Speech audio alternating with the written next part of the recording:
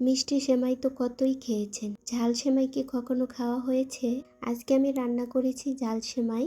অনেকেই আছে ঈদের একটা আনন্দের দিনে মিষ্টি সেমাই খেতে পারে না, তাদের জন্য আজকের এই সেমাইটা খুবই সাধারণভাবে রান্না করেছি, কিন্তু খেতে অসাধারণ হয়েছে। এখানে আমি একটা লম্বা সেমাইয়ের প্যাকেট গুঁড়ো করে 1 কাপ নিয়েছি। এখানে আমি যা যা উপকরণগুলো নিয়েছি তা হলো কিছু পেঁয়াজ কুচি, রসুন কুচি, কিছু কাঠবাদাম আর কাজু বাদাম, ছোট একটা টমেটো কুচি, কাঁচামরিচ কুচি, একটা ডিম আর কিশমিশ, সাদা তেল আর ঘি নিয়েছি। এখন চুলায় একটা ফ্রাই প্যানের ভিতরে 1 চামচ ঘি দিয়েছি। এরপরে কিছু কাঠবাদাম আর কাজু বাদাম দিয়ে কিছুক্ষণ ভেজে নিয়েছি।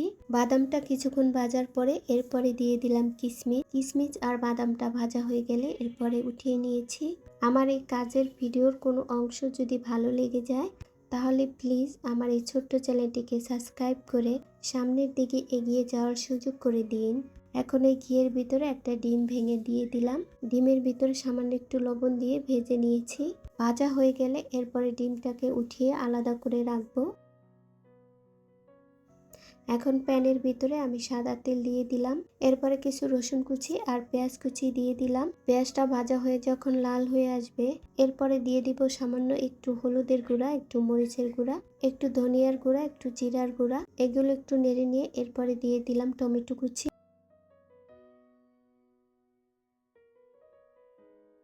লবণটা দেওয়া হয়নি তাই স্বাদ মতো লবণ দিব।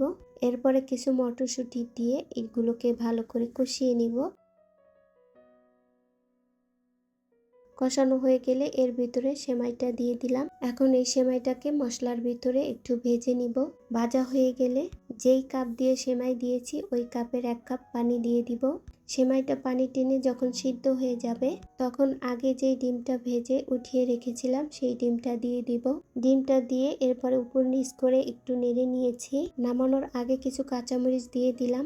এতে করে ঝাল বের হবে না, কিন্তু কাঁচামরিচের আলাদা একটা ঘ্রাণ বের হবে। এরপরে নামানোর আগে প্রথমে যে বাদাম আর কিশমিশ ভেজে রেখেছি সেটা দিয়ে দিলাম। এরপরে একটু উল্টিয়ে পাল্টিয়ে নেড়ে নিয়েছি। সেমাইটা যদি একটু দলা পেকে থাকে তাহলে এই যে খুরচুন বা একটা কাঁটা চামচের সাহায্যে এইভাবে করে ছাড়িয়ে দিতে হবে, তাহলেই সেমাইটা ঝরঝরে হয়ে যাবে। সেমাইটা রান্না হয়ে গেলে একটা সার্ভিং ডিশে নিয়ে নিয়েছি।